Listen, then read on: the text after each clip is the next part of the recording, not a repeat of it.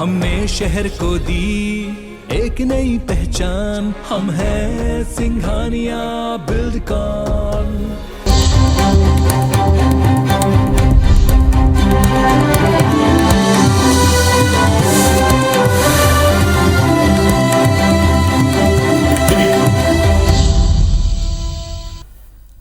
नमस्कार, बहुत स्वागत है आप सबका। मैं पुनीत पाठक और शुरुआत एक बड़ी खबर के साथ कर रहे हैं। भोपाल से बड़ी खबर है। भोपाल में सीएम शिवराज सिंह चौहान लगातार बैठकें कर रहे हैं। अलग अलग विभागों की समीक्षा मुख्यमंत्री ने की है। स्कूल शिक्षा, पीएचई और खेल विभाग की समीक्षा की। उच्च शिक्षा और जल संसाधन विभाग की भी समीक्षा की है। मुख्यमंत्री शिवराज सिंह ने समीक्षा बैठक में निर्देश दिया कि राष्ट्रीय शिक्षा नीति का तेजी से प्रदेश में क्रियान्वयन हो। सीएम राइज स्कूल का सफल क्रियान्वयन तय किया जाए। 40,000 करोड़ रुपए घर घर जल पहुंचाने पर खर्च किए जा रहे हैं। उच्च शिक्षा की बैठक में भी मुख्यमंत्री ने बयान दिया कि नए स्टार्टअप नीति एक्यूबेशन को जोड़कर काम करें। खेल विभाग की समीक्षा के दौरान कहा कि हर गांव में बच्चों के पास खेल का मैदान होना चाहिए।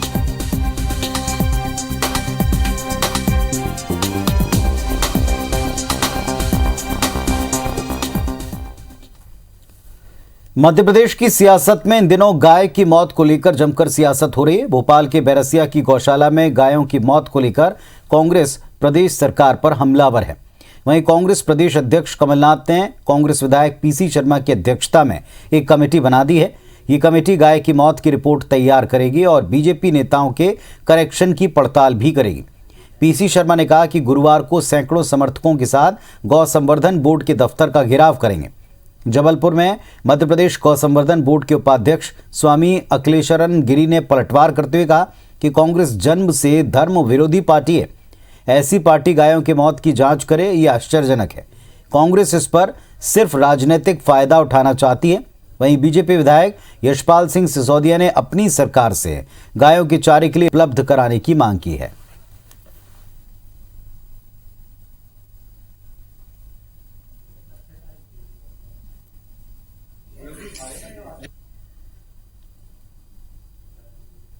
सरकार ने जांच की बात कही थी, वो जांच अभी तक शुरू नहीं हुई। वो उस पूरे मामले की जांच हो और उन पे 302 की धारा लगे, उनको जेल भेजा जाए, ये हमारी मांग है। और इन सब चीज़ों को लेके, क्योंकि सरकार सुन नहीं रही है, तो इन सब मामलों को लेकर कल एक प्रदर्शन करेंगे और गौ संवर्धन बोर्ड का घेराव करेंगे। उनके जो उपाध्यक्ष हैं गिरी जी, उनका भी घेराव करेंगे। आश्चर्य की बात है, उस कांग्रेस पार्टी का तो जन्म से ही इतिहास है कि वो धर्म विरोधी पार्टी है, वो संस्कृति विरोधी पार्टी है, वो जीवन मूल्यों को ध्वस्त करने वाली पार्टी है। कमेटी बना रहे, बनाइए कमेटी, और कमेटी बनाओगे तो राजनीतिक उठापटक करोगे। तो ग्राम पंचायतों के सरपंच के पास वो फंड नहीं है जिसके कारण से गायों को ठीक ढंग से पोषण हो सके। और अब गांव के 5 गांवों को मिलाकर के एक गांव की गौशाला में 150, 125, 200 गायें आ रही है। तो उसको लेकर के निश्चित रूप से गायों के पोषण के लिए बजट में प्रावधान और अधिक बढ़ाया जाना चाहिए। और इस वक्त हमारे दो सहयोगी हमारे साथ में जुड़ रहे हैं। नवीन कुमार सिंह जुड़े हैं भोपाल से, साथ ही विजेंद्र पांडे जुड़े हैं जबलपुर से। पहले नवीन के पास चलते हैं। नवीन, भोपाल में बैरसिया में जो घटना घटी, इसके बाद अब पूरे प्रदेश में इस मुद्दे को कांग्रेस पार्टी उठाने की तैयारी कर रही है, पलटवार भी शुरू हो चुका है। देखिए पुनीत, कांग्रेस को एक बड़ा मौका हाथ लगा है। 2023 में विधानसभा चुनाव होने हैं और अभी साल 2022 में कांग्रेस पार्टी अपनी ज़मीन मजबूत कर रही है 2023 के लिए। और इस वक्त कुछ दिनों पहले जो ये घटना सामने आई है भोपाल के बैरसिया की, जिसमें कई सैकड़ों गायों की लाशें मिली हैं, उसके बाद कांग्रेस लगातार हमलावर है। कांग्रेस बार बार ये दावा कर रही है कि पिछले 5 साल में इसी स्टेट में जब से बीजेपी की सरकार है तो 5,575 गायों की मौत हुई है। ये सरकारी रिकॉर्ड है। ये वो रिकॉर्ड है जो मध्य प्रदेश सरकार द्वारा संचालित गौशालाएं हैं वहाँ पर। और ये भी दावा है कि इससे 4 गुना ज़्यादा मौतें हुई होंगी जो छिपाई गई हैं। बैरसिया में ही लगभग 100 से ज़्यादा गायों की लाशें मिली हैं। बहुत बेदर्दी से उनकी मौत हुई थी और कांग्रेस पार्टी ने एक समिति भी बना दी है। मध्य प्रदेश कांग्रेस अध्यक्ष कमलनाथ ने कुछ देर पहले ये समिति की घोषणा की है और इस समिति की अध्यक्षता कांग्रेस के सीनियर एमएलए पीसी शर्मा करेंगे।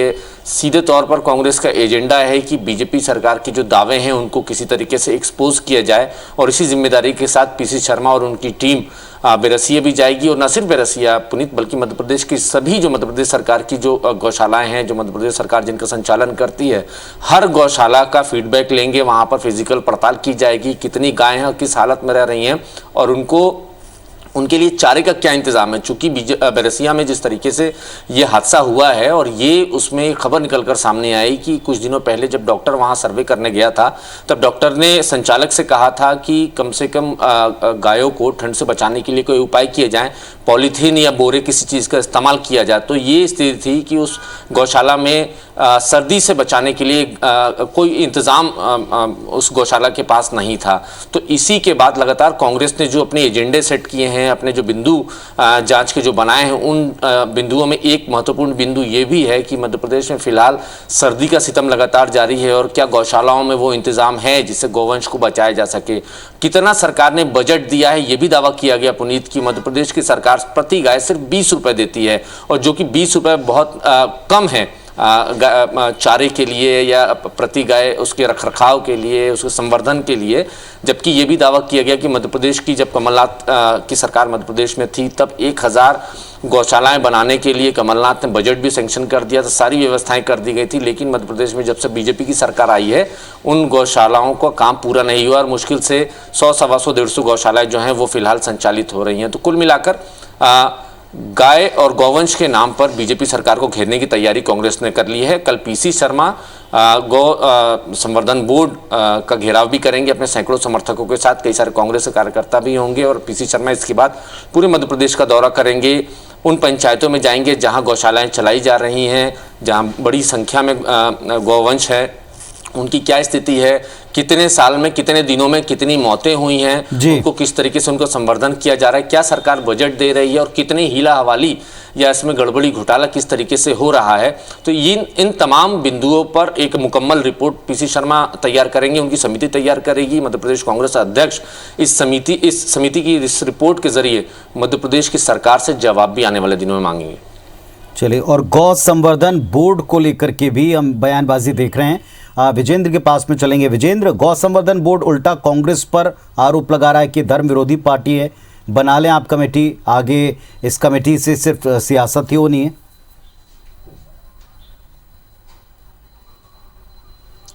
जी हाँ पुनीत, आप बखूबी जानते हैं कि मध्य प्रदेश में गाय और गायों की दुर्दशा हमेशा से सियासत का शगल रही है, और जब जब चुनाव नज़दीक आते हैं तब तब गौरक्षा के नारे बहुत गूंजते हैं, लेकिन हालात नहीं बदलते, और गायों की जो दशा है एक बार फिर भोपाल के इस पूरे मामले के बाद उजागर हुई है। हालांकि अब कांग्रेस अपनी जाँच कमेटी बना रही है, लेकिन इस पर भी और सियासत गर्मा गई है। जैसा हमने सुना, स्वामी अखिलेशानंद गिरी को, जो कि मध्य प्रदेश गौ संवर्धन बोर्ड के उपाध्यक्ष हैं, वो सियासी पलटवार करते नज़र आ रहे हैं। कहते हैं कि कांग्रेस जो है, उन्होंने कांग्रेस को धर्म विरोधी पार्टी करार दे दिया, और ये कहा कि आश्चर्यजनक है कि कांग्रेस पार्टी जो है उसके विधायकों की कमेटी इस मामले की जांच करेगी।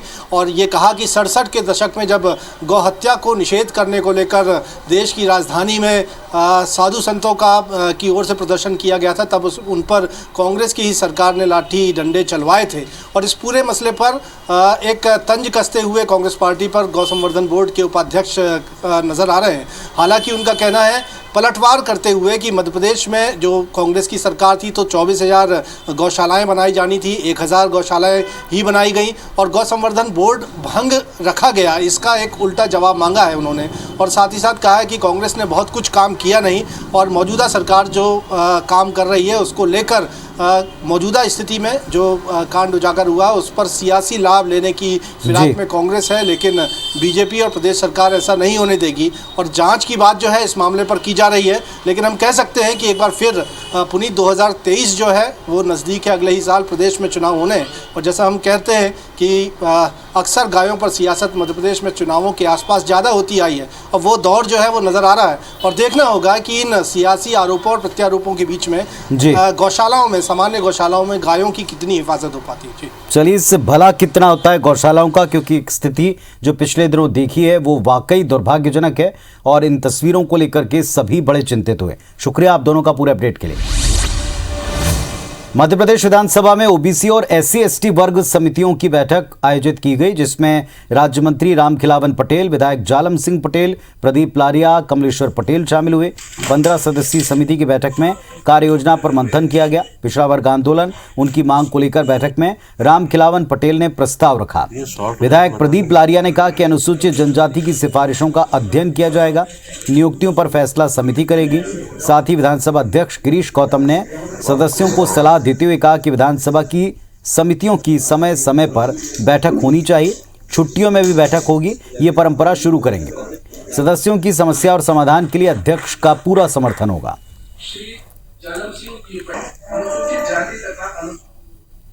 दोनों की संयुक्त बैठकें होने से कई बार उस बारों में विचार करने में कुछ असुविधा होती थी, इसलिए ये प्रस्ताव आने पर मैंने विचार किया कि नियम के भीतर यदि अधिकार अपने को तो उस अधिकार का प्रयोग करते हुए विधानसभा की नियम समिति की बैठक बुला करके उस तरह का कर दिया कि दोनों समितियों को अलग अलग कर दिया। अब दोनों के विषय अलग है, दोनों अलग अलग तय करेंगे अपनी बात। तो आज बधाई देना चाहता हूं अध्यक्ष जी को, उन्होंने SC/ST और OBC को जो है अलग अलग समिति बना दी, उसके लिए उन्होंने आमंत्रित किया था। दोनों समितियों के अध्यक्ष लारिया जी और जालम सिंह जी विधायक जी को बधाई भी देना चाहता हूँ। अच्छा पहल है, विधानसभा अध्यक्ष जी ने अच्छी पहल की है, अलग अलग कमेटियां बनाई है, बैठक हो, बैठक में एजेंडा आए और क्या मंशा है सरकार की तब समझ में आएगा। मध्य प्रदेश में राज्य बजट को लेकर के सियासत शुरू हो गई है। सुझाव नहीं लिए जाने से नाराज विपक्षी विधायकों ने शिवराज सरकार के खिलाफ मोर्चा खोल दिया। ग्वालियर के कांग्रेस विधायक सतीश सिकरवार ने मुख्यमंत्री शिवराज सिंह चौहान को पत्र लिखकर बैठक में कांग्रेस विधायकों से भी प्रस्ताव बुलाए जाने की मांग की। भेदभाव के आरोप दोहराए। दरअसल बजट पेश करने के लिए सरकार ने तैयारी शुरू कर दी है और इसे लेकर मुख्यमंत्री ने CM हाउस में विधायक दल की बैठक बुलाई, जिसमें विधायकों से बजट को लेकर सुझाव लिए जाएंगे, लेकिन इस बैठक में केवल बीजेपी विधायकों को बुलाया। कांग्रेस विधायक सतीश सिकरवार ने पत्र में लिखा कि मुख्यमंत्री ने शपथ लेते समय बिना राग द्वेष के समान भाव से प्रदेश के विकास की शपथ ली थी, फिर कांग्रेस के विधायकों के साथ ऐसा भेदभाव क्यों? हमने पत्र लिखा है कि आपने संविधान की शपथ ली थी, उसमें कहा था कि मैं बिना किसी राग और द्वेष के सभी के लिए, पूरे मध्य प्रदेश के लिए काम करूंगा, लेकिन आप इस समय भारतीय जनता पार्टी के लिए काम कर रहे हैं। आप भारतीय जनता पार्टी के प्रदेश अध्यक्ष नहीं है, आप मुख्यमंत्री हैं पूरे 7.5 करोड़ लोगों के, और सबकी चिंता करना, सबका काम करना ये आपकी नैतिक जिम्मेदारी है। आपने शपथ ली है और इस समय आप केवल भारतीय जनता पार्टी के विधायकों से प्रस्ताव मांग रहे हैं विकास के, और कांग्रेस के लोगों से नहीं मांग रहे। आप कांग्रेस के विधायकों से भी प्रस्ताव उनके विकास के लीजिए और काम कराइए। आप पूरे मध्य प्रदेश के मुख्यमंत्री हैं। कांग्रेस ने मध्य प्रदेश में घर चलो घर घर चलो अभियान शुरू कर दिया है। 1 फरवरी से इसकी शुरुआत हो चुकी है। अभियान के दूसरे दिन मध्य प्रदेश के अलग अलग हिस्सों में कांग्रेस विधायक, जिलाध्यक्ष आम आदमी का दरवाजा खटखटा रहे हैं। कांग्रेस अपने अभियान के दौरान न सिर्फ बीजेपी सरकार की नाकामी गिना रही है, बल्कि वोटर लिस्ट का वेरिफिकेशन भी कर रही है। कांग्रेस का दावा है कि बीजेपी सरकार की जन विरोधी नीतियों की वजह से ही प्रदेश में पेट्रोल, डीजल, गैस की कीमतें आसमान छू रहे हैं। कांग्रेस विधायक ने कहा, घर चलो घर घर चलो अभियान के जरिए पार्टी मिस्ड कॉल करके नए सदस्य बना रही है। साथ ही PC शर्मा ने यह भी दावा किया कि कांग्रेस का अभियान सिर्फ फरवरी महीने तक सीमित नहीं रहेगा, बल्कि अगले चुनाव तक चलता रहेगा। उधर मंत्री विश्वास सारंग ने कहा कि कांग्रेस के अभियान से बीजेपी सरकार की सेहत पर कोई फर्क नहीं पड़ने वाला। डोर टू डोर जो हम जा रहे हैं, जिसका नाम ही है knock the door and talk, ये इस सरकार ने महंगाई बढ़ाई है, डीजल, पेट्रोल, रसोई गैस, खाने का तेल, बिजली के भाव बढ़ाए हैं, इस सब के खिलाफ अभियान है। देखिए, इस घर घर चलो अभियान का रिकॉर्ड कायम होगा कि कमलनाथ जी गाड़ी में बैठकर घर घर जा रहे हैं। बड़ा आश्चर्य है कि वह घर में दस्तक दे रहे हैं और गाड़ी में बैठे हुए हैं। ये बड़ा अपने आप में नायाब उन्होंने नमूना पेश किया है। सूर्य नमस्कार योग है या उपासना की पद्धति? इस बात का जवाब भोपाल से कांग्रेस विधायक आरिफ मसूद को मध्य प्रदेश हाईकोर्ट में देना होगा। आरिफ मसूद के इस प्रश्न से जुड़ी याचिका पर 8 फरवरी को अगली सुनवाई होगी। आज़ादी के 75 साल पूर्ण होने के मौके पर केंद्र सरकार देश भर में 75 करोड़ योग कार्यक्रम प्रोजेक्ट को कांग्रेस विधायक आरिफ मसूद ने मध्य प्रदेश हाईकोर्ट में चुनौती दी। याचिका में कहा कि केंद्र सरकार और राज्य सरकार की अधिसूचना पर 1 जनवरी से 7 फरवरी तक अमृत महोत्सव के तहत 75 करोड़ सूर्य नमस्कार प्रोजेक्ट संचालित किए जा रहे हैं। इस पर मंत्री भूपेंद्र सिंह ने कहा कि सूर्य नमस्कार उपासना भी है, एक्सरसाइज भी।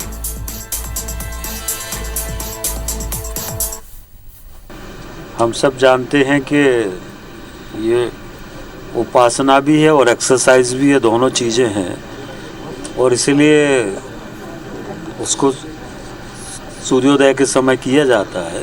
तो ये उपासना भी, सूर्य की उपासना हमारी संस्कृति में होती है, तो उपासना भी है और एक्सरसाइज भी है। बीजेपी की फायर ब्रांड नेता पूर्व सीएम उमा भारती दतिया पहुंची। यूपी विधानसभा चुनाव में जाने से पहले उन्होंने मां पीतांबरा माई के दर्शन किए, गर्भगृह में पूजा अर्चना की, भगवान बनखंडेश्वर महादेव का जलाभिषेक किया, नंदी महाराज का पूजन किया। उन्होंने बताया कि माई के बहुत दिनों से दर्शन नहीं किए थे, अब मन को शांति मिली। एंटी इनकम्बेंसी तो पूरी विपक्ष के ही खिलाफ है, क्योंकि विपक्ष ने अपना धर्म नहीं निभाया। हमारे खिलाफ तो एंटी इनकम्बेंसी है ही नहीं, उल्टा है और आगे बढ़ो वाला मामला है। पहले से ज़्यादा सीटें मिलेंगी। वो 14 मैंने आपको 14 फरवरी डेट दी हुई है, क्योंकि मेरा अभी हवन नहीं हुआ। वो जो एक समाप्ति का हवन होना है ना, जो मेरे गुरुजी के स्थान पर जप चल रहा है। जबलपुर के रांझी रोड पर अवैध अतिक्रमण हटाने पहुंचे निगम दस्ते के लोगों को विरोध का सामना करना पड़ा। लोगों के साथ कांग्रेस कार्यकर्ताओं ने भी नगर निगम और सत्ता पक्ष के खिलाफ जमकर नारेबाजी की, सड़क पर ही धरने पर बैठ गए। इस दौरान नगर निगम को अतिक्रमण हटाने की कार्रवाई रोकनी पड़ी। बाद में समझाइश के बाद मामला शांत हुआ। दरअसल निगम का अमला काबिज अवैध अतिक्रमण को हटा रहा था। लोगों ने अमले की कार्रवाई का विरोध किया। कांग्रेस नेता लोगों के समर्थन में उतरे। कांग्रेस का आरोप है कि निगम के अधिकारी भेदभावपूर्ण कार्रवाई कर रहे हैं। भाजपा से संबंधित दुकानदारों के शेड अलग नहीं कर रहे हैं, उन्हें छूट दे रहे हैं, जबकि छोटे दुकानदारों पर कार्रवाई कर रहे हैं। भारतीय जनता पार्टी या उस संगठन से जुड़े हुए लोग हैं, उनको बख्शा जा रहा है, उनको समय दिया जा रहा है, उनको अपने साइड निकालने का टाइम दिया जा रहा है। कि भारतीय जनता पार्टी की सरकार और सत्ता में ये निर्लज अधिकारी किस तरह से अपनी मनमानी कर रहे हैं। और उनका कहना था कि किसी व्यक्ति का, गरीब व्यक्ति का तोड़ दिया गया है, और यह सुनिश्चित किया जाएगा कि किसी भी व्यापारी के साथ कोई भेदभाव नहीं हो अतिक्रमण तोड़ने में। और जैसे ही अतिक्रमण टूटे, जिस उद्देश्य के लिए अतिक्रमण हटाया जा रहा है, वो निर्माण कार्य तत्काल चालू कर दिया जाएगा। जबलपुर में फर्जी शादी कर गहने और नकदी लेकर अपने प्रेमी के साथ भागने वाली दुल्हन को पुलिस ने गिरफ्तार कर लिया। उसके 3 साथी भी पकड़े गए। आरोपी दुल्हन रेणु और उर्मिला फर्जी शादी करने वाले एक बड़े गिरोह के सदस्य हैं, जिसने मध्य प्रदेश, राजस्थान के कई जिलों में इसी तरह फर्जी शादियां की हैं। वर पक्ष के दिए गए जेवर नकदी को लेकर ये फरार हो जाती थी। पकड़ी गई दुल्हन का असली नाम उर्मिला बर्मन है। गिरोह में 12 से ज्यादा लोग शामिल हैं, जो कुंवारे लोगों की तलाश करते हैं जिनकी उम्र ज्यादा हो चुकी हो और शादी ना हो रही हो। फिर गिरोह के सदस्य उन्हें सुंदर लड़की से शादी करवाकर रुपए और नकदी लेकर वहां से चंपत हो जाते हैं।